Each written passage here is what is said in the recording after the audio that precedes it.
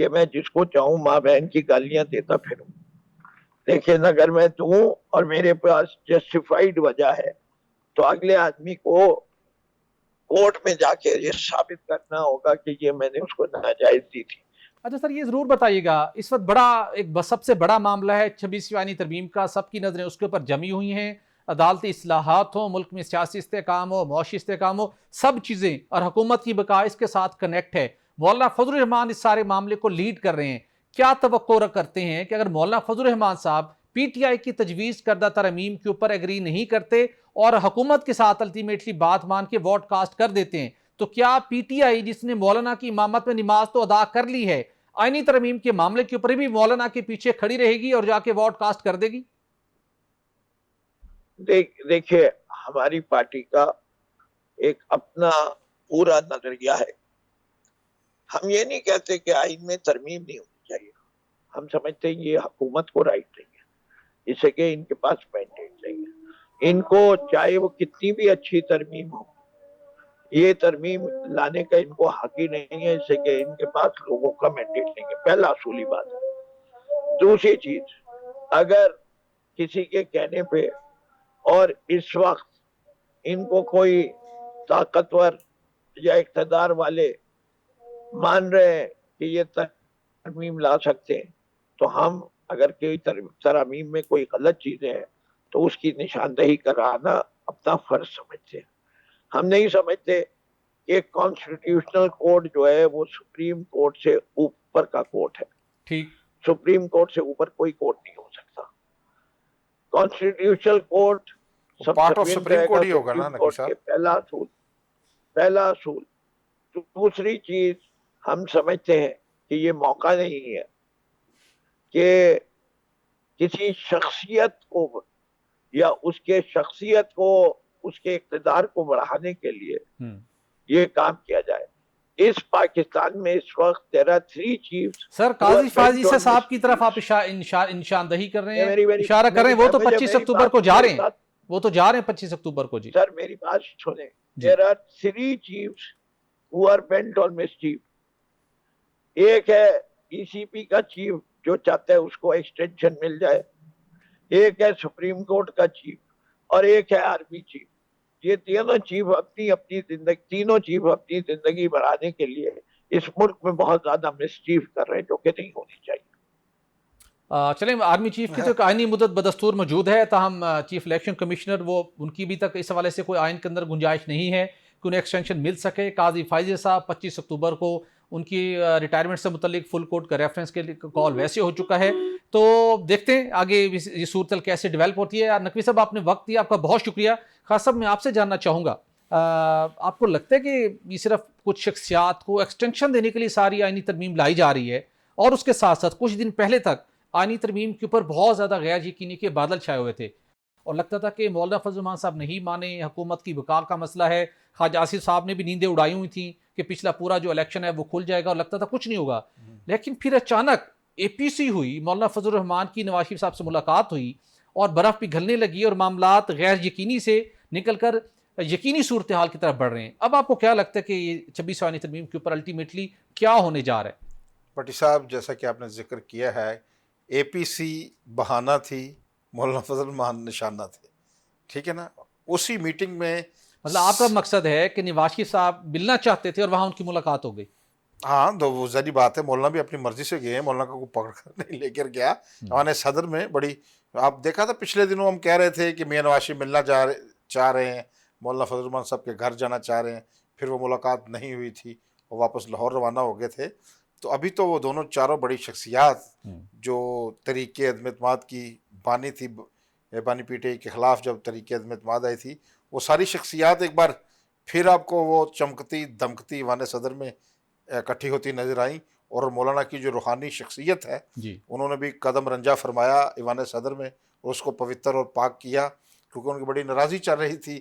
یہ وہ گھر تھا، یہ وہ ایوان تھا جہاں پہ مولانا نے الیکشن سے پہلے نظریں جمائی ہوئی تھی۔ ہاں، نظریں جمائی ہوئی تھی، اس پہ بڑے سخت ناراض بھی تھے، لیکن ظاہری بات ہے ان کی ناراضی کسی طور پر دور ہوئی ہے۔ انہوں نے اپنے مقدس جو قدم ہے وہ ڈالے ہیں عزاداری صاحب کے گھر میں یا آفس میں، وہاں وہ پہنچے ہیں. تو یہ ساری شخصیات کو آپ نے چمکتے دمکتے دیکھا، اور وہاں اے پی سی پہ بھی بات ہوئی ہوگی، میں نہیں کہتا کہ اے پی سی پہ، لیکن وہاں اصل جو بات بٹی صاحب ہوئی ہے وہ اس آئینی ترامیم پر ہوئی ہے. اور میں آپ کو بتاؤں بٹی صاحب، راستہ جو ہے نا وہ ہمواری کی طرف جا رہا ہے بالکل. اور جتنی دیر یہ اڈیالہ جیل سے تعطل برقرار رہے گا، باقی جو پی ٹی آئی ہے اس کا، تو آپ دیکھیں گے کہ پاکستان کا جو سیاسی، سفارتی اور معاشی سفر ہے یہ تیزی سے جو ترقی کی پگڈنڈی ہے اس پہ دوڑنا شروع کر دے گا. بالکل آپ خود دیکھیں گے اب آنے والے دنوں میں.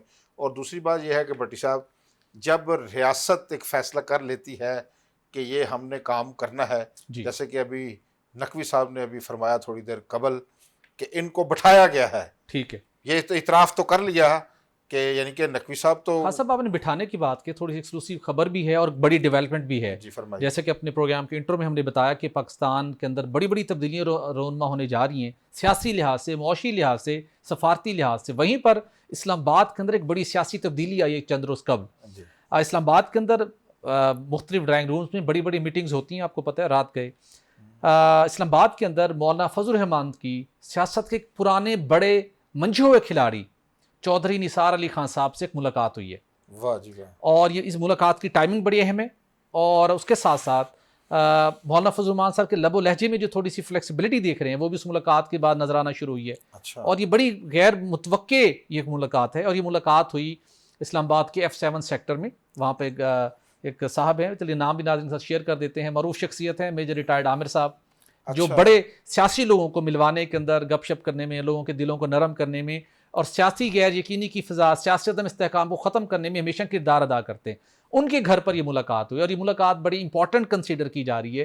وہ چودھری نثار علی خان صاحب جو پاکستان کے سیاسی منظرنامے سے کافی عرصے سے غائب تھے، وہ اچانک ایکٹیو ہوئے ہیں. اور آپ کو پتا ہے کہ وہ رہتے تو ویل کنیکٹڈ ہیں وہ بھی، اور اس کے بعد چیزیں ڈفرینٹ ڈائریکشن میں جا رہی ہیں. تو یہ کس طرح سے دیکھتے ہیں اس ملاقات کو؟ یہ آدھی خبر نہ دیں ملاقات کی، یہ بہت بڑی خبر ہے میں سمجھتا ہوں اس وقت. جو چودھری نثار علی خان مولانا فضل الرحمان صاحب کی جو ملاقات ہے، اس ملاقات میں طے کیا پایا یہ بھی تو بتائے نا. آدھی خبر تو خاص جو طے پایا ہے وہ پہلے تو آپ کو نظر آئے گا آئینی ترمیم کی روشنی میں، اور اس کے بعد شاید کہیں نہ کہیں آپ کو کمنگ ڈیز کے اندر کچھ سیاسی مزید بہتریاں، لوگوں کو جوڑنے کا معاملات، کچھ چیزوں کی اصلاحات، کچھ مفاہمت کا راستے نظر آئیں. تو اس ملاقات کو آپ نے نہیں بھولنا. تو خاص ہم ذرا بریک لیں گے، اور بریک کے بعد اگلے سیگمنٹ کی طرف بڑھیں گے. ناظرین، آپ کے ساتھ ایک ایکسکلوسیو سٹوری شیئر کریں گے، کس طریقے کے ساتھ پاکستان کی عوام اور کسانوں کے ساتھ کھلواڑ کیا گیا، اس کی تفصیلات ایکسکلوسیولی آپ کے ساتھ شیئر کریں گے. ایک بریک کے بعد stay with us. Welcome back ناظرین. وفاقی حکومت نے شوگر ملز مالکان کی درخواست کے اوپر چینی ایکسپورٹ کرنے کی اجازت دی تھی. اقتصادی رابطہ کمیٹی نے اس کی منظوری دی، اور اس کے بعد وفاقی کابینہ سے بھی سارے عمل کی باضابطہ طور پر منظوری لی گئی تھی. لیکن اب انکشاف ہوا ہے کہ 62 شوگر ملز مالکان جنہوں نے چینی ایکسپورٹ کر کے $62 ملین تو کما لیے ہیں، لیکن جن شرائط کے اوپر یہ چینی ایکسپورٹ کرنے کی اجازت دی گئی تھی ان شرائط کی صریحاً خلاف ورزی کی گئی ہے. وہ شرائط کیا تھیں؟ خالد صاحب آپ سن کر حیران ہوں گے. جب جو چینی ہم تیار کرتے ہیں تو ہمیں بتایا جاتا ہے کہ شوگر ملز کے مالکان ہر سال حکومت سے مطالبہ کرتے ہیں کہ جو قیمت ہے چینی کی، اس کو جو اس کی پرائس ہے، یا اس کو جب سرپلس بن جاتی ہے اس کو ایکسپورٹ کرنے کی اجازت دی جائے، چونکہ گنا پیدا کرنے والے کسانوں کو اس کی ادائیگیاں کرنی ہے، اور یہ ادائیگیاں آپ کو پتہ ہے اربوں روپے میں ہیں. لیکن گزشتہ 10 ماہ سے جو گنے کے کاشتکار ہیں ان کو ادائیگیاں نہیں ہو پا رہی، چونکہ سب سے بڑی جو جواز پیش کیا جا رہا تھا شوگر ملز مالکان کی طرف سے کہ ہمیں چینی سرپلس بن گئی ہے، ہمیں ایکسپورٹ کرنے کی اجازت دی جائے. 2 شرائط کے اوپر اس چینی کو ایکسپورٹ کرنے کی اجازت دی گئی تھی خالد صاحب، جس کے اندر پہلی شرط یہ تھی کہ پاکستان کی مارکیٹ میں چینی کی قیمت 140 روپے فی کلو سے زیادہ نہیں بڑھنی چاہیے ریڈ زون کو موصول ہونے والے دستاویز کے مطابق.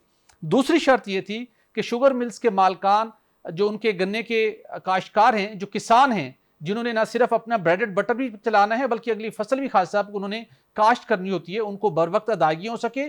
یہ شوگر ملکان اپنی چینی ایکسپورٹ کر کے فوری طور پر ان کو ادائیگیاں کریں گے.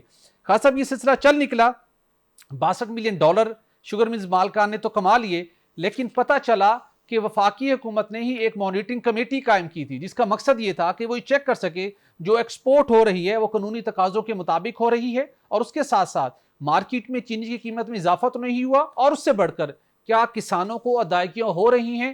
ان چیزوں کو اس نے چیک کرنا تھا. خاص صاحب اب اس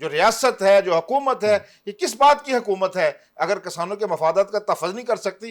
اور وہ طے شدہ کر کے, جو ملز مالکان ہیں شوگر کے, انہوں نے ایک طے کیا کہ ہم پیسے دیں گے. جب آپ نے بات طے کر لی پھر اس پر پورا کیوں نہیں اترے؟ اور پھر جب کمیٹی آپ نے خود ہی بنائی, خود کمیٹی انیشیٹ کی, یہ کسانوں کی تو کوئی کمیٹی نہیں ہے نا. جب انہوں نے کہا کہ یہ اپنی شرائط کی خلاف ورزی کر رہے ہیں تو پھر آپ نے ان کو اجازت دے دی. کم از کم اتنا تو کر سکتے تھے کہ ان کو پابند کر دیتے کہ ایکسپورٹ رہے جاری رہے گی, لیکن یہ ادائیگیاں ایک ہفتے کے اندر ہونی چاہیے. بالکل ٹھیک ہے, بہت ویلڈ آپ کی تجویز ہے. ایٹ لیسٹ اگر آپ نے ایکسپورٹ کو جاری رکھنا بھی تھا تو جاری ضرور رکھیے, لیکن 15 دن 20 دن کا مزید ٹائم دیتے ایک وارننگ کے ساتھ کہ وہ شوگر ملز مالکان جو آئندہ 15 سے 20 روز میں ان ادائیگیوں کو یقینی نہیں بنائیں گے, ان کا چینی ایکسپورٹ کرنے کا کوٹا منسوخ کر دیا جائے گا. الٹیمیٹلی یہ ذمہ داری شہباز شریف صاحب اور ان کی کابینہ کی تھی, جو کہ انہوں نے بدقسمتی کے ساتھ, انتہائی افسوس کے ساتھ پوری نہیں کی. ناظرین, یہاں پر ایک بریک لیں گے اور بریک کے بعد پاکستان کی معاشی صورتحال پر بات کریں گے اور ہمیں جوائن کریں گے ماہر معاشیت ہارون شریف صاحب. ہمارے ساتھ رہیے گا. ویلکم بیک ناظرین. پاکستان نے گزشتہ 3 سالوں کے دوران انتہائی مشکل سیاسی اور معاشی صورتحال فیس کرنے کے بعد الٹیمیٹلی اپنی ڈائریکشن ٹھیک کرنے کے لیے ایک راستہ ہموار کر لیا ہے. اور اس سلسلے میں آپ نے دیکھا ہوگا کہ تمام تر سیاسی پیچیدگیوں کے باوجود پاکستان کے جو اکنامک انڈیکیٹرز تھے وہ گریجولی بہتر ہونا شروع ہوئے. پالیسی ریٹ کم ہوا, ڈالر کی جو قدر ہے وہ مستحکم ہونا شروع ہوئی, اس کے ساتھ ساتھ جو زر مبادلہ کے ذخائر تھے وہ بہتر ہونا شروع ہوئے. اس کے ساتھ ساتھ کچھ اکنامک ایکٹیویٹیز نے بھی گرو کرنا شروع کیا, اور اس کے ساتھ ساتھ پھر انٹرنیشنل ڈیلیگیشن سے آنا سٹارٹ کیا. رشین پرائم منسٹر آئے, ان کی طرف سے بھی کچھ ملیشین پرائم منسٹر آئے, انہوں نے کچھ اناؤنسمنٹ کی. ڈپٹی پرائم منسٹر رشیا آئے, ان کی طرف سے کچھ اچھے جیسر کا شو کیے گئے. اس کے بعد اب آنے والے دنوں میں اور بڑی ڈیولپمنٹس ہیں جو کہ شنگھائی کانفرنس کے اس کے انعقاد کے نتیجے میں سامنے آنی ہے. لیکن اس کے ساتھ ساتھ ایک بڑی ڈیولپمنٹ اور ہمارے سامنے آئی جو اسلام آباد کے اندر سعودی سرمایہ کاری کے سلسلے کے اندر ایک بڑا ڈیلیگیشن یہاں پر پہنچا اور انہوں نے $2 ارب سے زائد کے MOUs کے اوپر دستخط کیے. تو ایک اگریسو اور ایک بڑی حوصلہ افزا معاشی صورتحال ہمیں دکھائی دے رہی ہے. تو یہ معاشی صورتحال مزید کس حد تک بہتر ہوگی, عام آدمی کو اس کو آنے والے دنوں میں کیا ثمرات ملیں گے, اس کے اوپر بات کرنے کے لیے ہمیں جوائن کریں ماہر معاشیت ہارون شریف صاحب. ہارون صاحب, آپ کا بہت شکریہ. سر, آپ سے ہی ہم اس پروگرام میں بہت سے بات چیت کرتے رہے اور بہت سی تجاویز بھی آپ دیتے رہے کہ کیسے ہم نے اپنی معاشی سمت کو ٹھیک کرنا ہے, کون سے سخت اقدامات کرنے ہیں, کیسے ہم نے اپنا ریونیو بڑھانا ہے اور کیسے اپنے مختلف شعبوں کے اندر اصلاحات لے کے آنی ہے. وہ ان ساری صورتحال کے اندر الٹیمیٹلی اس کا نتیجہ یہ نکلا کہ ہمیں IMF کو پروگرام مل گیا. اس پروگرام ملنے کے بعد اب غیر ملکی سرمایہ کاری کے لیے ایفرٹس ہو رہی ہیں. ان ایفرٹس کو آپ کس نگاہ سے دیکھتے ہیں؟ یہ غیر ملکی سرمایہ کاری پاکستان کی معاشیت کے پہیے کو درست سمت میں آگے بڑھانے میں کس حد تک معاون ہوگی آپ کی نظر میں؟ جی بہت شکریہ. دیکھیے, پہلی بات تو یہ ہے کہ اس وقت ہماری جو GDP گروتھ ہے پروجیکٹڈ وہ تقریباً 2.6% ہے جو اگلا فائنینشیل جو ایئر چل رہا ہے. ہمیں جتنی ہماری پاپولیشن بڑھ رہی ہے اور جو جاب مارکیٹ میں بچے اور بچیاں آ رہے ہیں, ہمیں گریجولی اس کو 7% پر لے کر جانا ہے اور اس کو سسٹین کرنا ہے. اب اگر 7% پر لے کر جانا ہے تو ہمیں انویسٹمنٹ بڑھانی پڑے گی. اس وقت ہماری انویسٹمنٹ ٹو GDP ریشو خطے میں بہت کم ہے, تقریباً 13% کے آس پاس ہے. تو ان سرمایہ کاروں کا دلچسپی لینا, میکرو اکنامک سٹیبلٹی کا بہتر ہونا, یہ خوشائند چیزیں ہیں. لیکن یہ میں دوبارہ عرض کر دوں کہ یہ ابھی لوگوں کی انٹینٹ ہے, وہ ایکسپلور کر رہے ہیں کہ اس ملک میں سٹیبلٹی اگر کوئی ہے, اپرچونٹی ہے تو ہم پیسہ ڈالیں. لیکن ہمیں بڑا ضروری ہے کہ ہم ایک تو پالیسی کے انسینٹیوز کو ٹھیک کریں, اپنے لوکل سرمایہ کاروں کو ترجیح دیں. لوکل کرے گا تو اس سے پارٹنرشپ کر کے باہر کا بھی آئے گا. جہاں تک آپ نے سعودی سرمایہ کاری کی بات کی, اس میں ایک تبدیلی آئی ہے. یہ پہلی دفعہ نہیں ہے, وہ تقریباً ہر 6-8 ماہ بعد آتے ہیں. ان کو علم ہے. جب میں تھا کیبنٹ میں تو میں محمد بن سلمان صاحب بھی تشریف لائے تھے. لیکن ان کی جو اب پرائیویٹ سیکٹر کی طرف فوکس ہے وہ ایک اچھی بات ہے, کیونکہ مارکیٹ ڈریون گروتھ سسٹینیبل ہوتی ہے. یہ جو ہمارا اوبسیشن ہے G2G کا, اس سے نکلنا چاہیے. لیکن اب میں عرض یہ کرنا چاہتا ہوں کہ MOUs کو جب تک آپ کانکریٹ پروجیکٹس میں نہ ڈالیں جہاں جاب کریشن ہو, جہاں انڈسٹری ایکسپینشن ہو, جہاں ایکسپورٹ بڑھے, اگر تو اس طرح کی انویسٹمنٹ آتی ہے تو پاکستان کے لیے خوش آئند ہے. اگر اس طرح کی آتی ہے کہ یہاں بیچو اور نکال کے واپس لے جاؤ، وہ پاکستان ابھی سسٹین نہیں کر پائے. لیکن ہارون صاحب اس کے ساتھ یہ ضرور بتائیے گا کہ ماضی کے اندر بھی سعودی عرب کی طرف سے بہت سی حوالوں سے اناؤنسمنٹ کی گئیں، کمٹمنٹ شیئر کی گئیں اور بہت جوش و جذبے کا مظاہرہ کیا گیا، لیکن وہ چیزیں مٹیریلائز نہیں ہو پاتی. ابھی آرمی چیف نے بھی کہا کہ اب ہم سعودی بھائیوں کے لیے ریڈ ٹیپ کا خاتمہ کر کے ریڈ کارپٹ دیں گے. تو ماضی کے اندر جب آپ خود بھی کابینہ کا حصہ رہے ہیں، کیا وجوہات تھیں کہ اناؤنسمنٹ ہوتی ہے، اظہار دلچسپی ہوتا ہے، لیکن پریکٹیکلی چیزیں آگے نہیں بڑھ پائیں؟ وہ کہ سیاسی عدم استحکام تھا یا کچھ اور وجوہات بھی ہوتی ہیں جس کی وجہ سے چیزیں صرف اناؤنسمنٹ کی حد تک محدود رہیں ماضی میں؟ جی حکومت کی کیپیبلٹی، بیوروکریسی کو بالکل یہ کام نہیں آتا، نہ ہی ان کو کرنا چاہیے. جیسے انہوں نے، آپ کو یاد ہے میرے زمانے میں ریفائنری کی بات کی، پرائیویٹائزیشن سے پروجیکٹس خریدنے کی بات کی، آلٹرنیٹ انرجی لگانے کی بات کی. وہ ہم نے سارا کام منسٹریز کو دے دیا، ڈسپائٹ کہ میں وزیر اعظم اور کیبنٹ سے کہتا رہا کہ ان کو نکالیں، آپ کوئی کارپوریٹ مینیجرز لائیں، لائرز لائیں، انویسٹمنٹ بینکرز لائیں، ان کو یہ کام دیجئے جن کو آتا ہے. تو میں اسی لیے عرض کر رہا ہوں کہ اگر بزنس ٹو بزنس بات کریں گے، خود سے ڈیل کریں گے، سائز چھوٹا ہوگا، ہو جائے گا. لیکن اگر پھر سے بیوروکریسی کو دے دیں گے، کاروبار کرنا نہ حکومت کا کام ہے، نہ فوج کا کام ہے، نہ ہمارے اداروں کا کام ہے، یہ تو پرائیویٹ سیکٹر کا کام ہے. تو پرائیویٹ ارون صاحب یہ بتائیں، یہ بھی ہم جو سعودی عرب کا ڈیلیگیشن آیا ہے اس میں ہم نے 2.2 ارب ڈالر کے جو وفامتی یادداشتیں ہیں اس پر دستخط کیے ہیں. یہ کچھ کنفیوژن ہے، کچھ ہمارے دوست ہم سے پوچھ رہے تھے کہ یہ مفاہمت، جب بھی کوئی حکمران آتا ہے یا وفد آتے ہیں ڈیلیگیشن، ہم کہیں جاتے ہیں تو یہ مفاہمتی یادداشتوں پر بہت دستخط ہوتے ہیں، لیکن اس کو جو عملی روپ میں پریکٹیکل میں اس کو کیسے ڈھالا جا سکے، یا اسی طرح یہ مفاہمتی یادداشت یا ہم سمجھیں کہ 2.2 ارب کی ڈالر کی سرمایہ کاری ہو گئی ہے، یا اس میں ابھی بڑا لمبا سفر طے کرنا ہے پھر یہ سرمایہ کاری پاکستان آئے گی؟ جی یہ حکومت کے لیے ہو گئی ہے سیاسی طور پہ، لیکن یہ حقیقت یہ ہے کہ یہ ایک انڈیکیشن ہے ان کی کہ ہم سرمایہ کاری کرنا چاہتے ہیں اس ایریا میں. اس کے بعد پروجیکٹ بنانا، اس کو سٹرکچر کرنا، لوکل فائنینسنگ ارینج کرنا، پارٹنرشپس ارینج کرنا، یہ ایک کمپلیکس کام ہے جو میں عرض کر رہا ہوں، جو حکومت کو نہیں آتا ہے. یہ کام پرائیویٹ سیکٹر کے ایڈوائزرز کرتے ہیں، بینکرز کرتے ہیں، لائرز کرتے ہیں. اس لیے بہتر یہ ہوگا کہ جو ہوئے معاہدے یا ایم او یوز، ان کو امیڈیٹلی، میں نے خود بھی کوشش کی ہے کہ سعودی پاک انویسٹمنٹ کمپنی سے میں نے کہا آپ 1 ارب ڈالر کا فنڈ بنائیں، ایڈوائزری گروپ بنائیں، تاکہ ان کی فیزیبلٹیاں ہو سکیں، اور اگلے 6 ماہ میں ایٹ لیسٹ 27 میں سے کوئی 2 یا 3 اناؤنسمنٹس ہوں، کمپنی بن گئی ہے، سی او ہائر ہو گیا ہے، اور وہ یہ کام کریں گے. نا یہ ہے جو ہماری اکنامک گروتھ میں ہے. یہ جو خالی ایم او یو کو سیل کرنا ہے سیاسی طور پہ، میری رائے ہے ہمارے سیاستدانوں کو یہ نہیں کرنا چاہیے. بالکل ٹھیک ہے. بڑا آپ رائٹلی آپ نے پوائنٹ آؤٹ کیا. آپ انٹرنیشنل جو سینیریو ہے بالخصوص سعودی عرب کے لیول کے اوپر، جو ویژن 2030 کے تحت وہ بہت اگریسولی نہ صرف سعودی عرب کے اندر وہ انڈسٹریلائزیشن کر رہے ہیں، انویسٹمنٹ کو فروغ دے رہے ہیں، بلکہ دیگر ملکوں میں جا کے بھی سعودی کمپنی انویسٹمنٹ کر رہی ہیں. ہم دیکھتے ہیں کہ جو اب سعودی عرب کا ویژن 2030 ہے اس کے تحت جس طریقے سے کمپنیاں پاکستان آئی ہیں، اور جو اب ماڈل اپنایا گیا ہے B2B کا، مطلب اس کے اندر پرائیویٹ بزنس مین جو پاکستان کے وہ سعودی کمپنیز کے ساتھ مل کے یہاں پر کام کریں گے. ماضی کے اندر برعکس جب حکومت خود مختلف کاروبار کے اندر انوالو ہوتی تھی، تب آپ کو لگتا ہے جو ویژن 2030 کے تحت سعودی عرب کی اگریسو انویسٹمنٹ کی پالیسی ہے اور اب پاکستانی بزنس مین B2B کے تحت چلیں گے، تو یہ ایک فروٹفل ایفرٹ ہو سکتی ہے پاکستان کے اندر کاروباری سرگرمیوں کو فروغ دینے میں؟ جی بالکل ہو سکتی ہے، لیکن اونس ہمارے اوپر ہے کہ ہم اس کی پالیسی کیا بناتے ہیں. آیا ہم سعودی انویسٹمنٹ کو ڈائیورٹ کر پاتے ہیں ایسے گروپس کی طرف کہ ایکسپورٹ بڑھے؟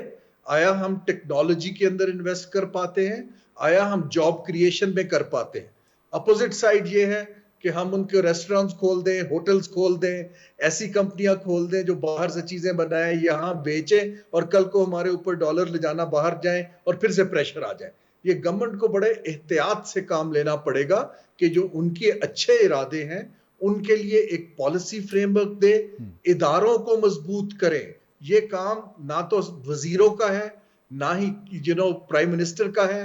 SIFC کا کام صرف سپیڈ اپ کرنا ہے. اس کے لیے ہمیں پرائیویٹ سیکٹر کے جو بڑے ایڈوائزری گروپس ہیں، KPMGs ہیں، دوسرے ہیں، ان کو پاس آن کرنا چاہیے کہ اب آپ اس کو مٹیریلائز کریں. یہ میں پروفیشنلی سعودیز بھی اسی طرح خوش رہیں گے اور کچھ ڈیلز ہو بھی جائیں گے. رائٹ سر، جو منرل کا شعبہ ہے اس کے اندر بھی بڑی اٹریکشن کافی عرصے سے پیدا کی گئی ہے غیر ملکی سرمایہ کاروں کے لیے، اور کہا جا رہا ہے کہ جو ریکوڈیک کا پروجیکٹ ہے، اس کے علاوہ بلوچستان میں اور دیگر جگہوں پہ منرلز کے دیگر پروجیکٹس ہیں، اس کے اندر بھی سعودی کمپنیز بہت کین ہیں انویسٹمنٹ کرنے کے حوالے سے. تو آپ سمجھتے ہیں کہ جو ریکوڈیک پروجیکٹ ہے اور انرجی سیکٹر کے دیگر پروجیکٹس ہیں، یہ کتنے گیم چینجر ہو سکتے ہیں پاکستان کے لیے کہ اس کے اندر سعودی عرب کی بڑی کمپنیاں نہ صرف انویسٹمنٹ کریں بلکہ اس پروجیکٹ کو انٹرنیشنل سٹینڈرڈز کے مطابق آگے بھی لے کے چلیں؟ جی دیکھیے، ریکوڈیک ایک بہت بڑا پروجیکٹ ہے اور سعودی عرب کی ایک بڑی کمپنی ہے. انفیکٹ میں نے یہ شروع کیا تھا 5 برس پہلے. اس کا نام ہے مادن اس کو ڈیل کرتی ہے اور انہوں نے سٹیک لیا ہے. اب یہ جو اتنے بڑے میگا پروجیکٹس ہوتے ہیں ان کے نتائج آنے میں وقت لگتا ہے. اسی طرح منرلز کا سیکٹر ہے، پالیسیز بننے والی ہیں، ابھی ایکسپلوریشن اور ریسرچ میں پیسہ پڑے گا، ریزلٹس آئیں گے، اچھی بات ہے، لیکن ابھی 1-2 سال ہمیں یہ توقع کم ہے. اسی طرح جو انرجی کا جو سیکٹر ہے، آلٹرنیٹ انرجی، اس پہ جلدی ریزلٹس آ سکتے ہیں، 1-2 سال کے اندر کام شروع ہو جاتا ہے. لیکن آپ نے دیکھا ہمارے پاور سیکٹر کے اندر ڈسٹریبیوشن کے اور چوری کے ایسے مسائل ہیں، ہمیں گورننس امیڈیٹلی بہتر کرنے کی ضرورت ہے، بلکہ بہت سی چیزوں کو پرائیویٹائز کرنے کی ضرورت ہے. تیسرا میں یہ عرض کروں، پھر سے میں دوبارہ سے کہوں، کیونکہ میں سعودیز کو اور چائنا کو اور خطے کو بہت عرصے سے ایڈوائز کر رہا ہوں، وہ لوگ اس وقت پاکستان کو جو ویژن 2030 ہے اس میں وہ اپنا انویسٹمنٹ بیس ڈیورسیفائی کرنا چاہتے ہیں. لیکن جب وہ ہمارے نیبرز میں جاتے ہیں تو ان کو بڑے کریڈیبل گروپس ملتے ہیں، ٹاٹاز ملتے ہیں، برلاز ملتے ہیں. جب ہمارے پاس آتے ہیں تو ابھی ہمارے گروپ فیملی اونڈ ہیں، کنٹرولڈ ہیں، اور وہ بھی پارٹنرشپ کے لیے کم تیار ہیں.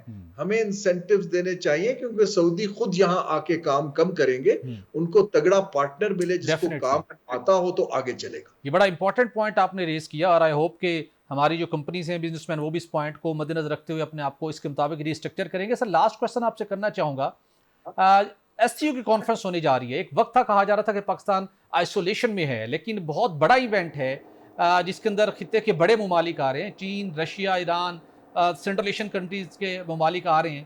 تو اس ایکٹیویٹی کو، اس کانفرنس کو آنے والے دنوں میں پاکستان کے لیے سفارتی لحاظ سے تو بڑے امپورٹنٹ ہے. اکنامک فرنٹ کے اوپر آپ اس کانفرنس کو کس نگاہ سے دیکھتے ہیں اور اس کے کیا امپیکٹ ہو سکتے ہیں، اور پاکستان کیسے میکسیمم بینیفٹ لے سکتا ہے معاشی لحاظ سے اس کانفرنس کے انعقاد کے بعد؟ جی، ایس سی او مینلی ایک سب سے فعال اس وقت ریجنل کوآپریشن کا فورم ہے جس کو چائنا لیڈ کرتا ہے اور پرائم منسٹر تشریف بھی لا رہے ہیں. ایس سی او کے اندر مین فوکس سیکیورٹی اور سٹیبلٹی پہ ہے. تیسرا حصہ اکنامک پراسپیرٹی کے اوپر ہے تاکہ اس سٹیبلٹی کو مضبوط کیا جا سکے. پاکستان کے پاس یہ موقع ہے کہ یہاں پر وہی میں عرض کر رہا ہوں کہ ایک اکنامک ڈیل ٹیبل پہ رکھے کہ دیکھیں ہماری کنیکٹیویٹی ہو گئی ہے، یہ ہم آفر کر رہے ہیں. ہم مثلا فار انسٹنس کوئی بڑی بات کریں کہ جی ایک ہمارا آپ ملٹی لیٹرل بینک بنائیں جو یہاں کے پروجیکٹس کو فائنانس کرے. ہم یہاں بیٹھے ہیں، چین نے انفراسٹرکچر بنا دیا ہے، ہم سعودی عرب سے ایس سی او سے مل کے اس کی فائنینسنگ کریں، پروجیکٹس بنائیں، جوائنٹ ٹرانسپورٹ کمپنیز بنائیں، ٹریڈ لاجسٹکس بنائیں، دین ہم اس کا ہب بننا شروع ہوں گے. لیکن اگر ہم بارڈرز کو کلوز رکھیں گے تو پھر یہ بیچارہ نہ سینٹرل ایشیا ہمیں یوز کر پائے گا، نہ ہمارے ویسٹرن چائنا کر پائے گا.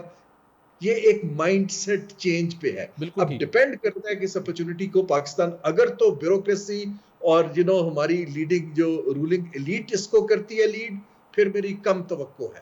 اگر وہ پروفیشنل سے بات کر کے ایس سی او میں ٹیبل پہ ایک ورلڈ کلاس پروپوزیشن رکھتے ہیں، پھر مجھے بہت توقع. بالکل ٹھیک. تو ہم توقع کرتے ہیں کہ جو آپ کی تجویزیں اس کی روشنی میں ہی اس کو ایگزیکیوٹ کیا جائے گا تاکہ پاکستان کو اس کے میکسیمم اس کے فروٹس مل سکیں. ہارون شریف صاحب ہمارے ساتھ تھے، آپ کا بہت شکریہ، اور بڑی پر امید تھے وہ بھی کہ سعودی انویسٹمنٹ کے ساتھ ساتھ جو ایس سی او کانفرنس ہو رہی ہے اس کو اگر پاکستان نے بہتر انداز میں اور پروفیشنلی اس کو ڈیل کیا تو ڈیفینیٹلی پاکستان کے لیے یہ ایکٹیویٹیز بہت بڑی گیم چینجر ہو سکتی ہیں. ناظرین، پروگرام کا وقت ختم ہو جاتا ہے، اجازت دیجیے، اللہ حافظ.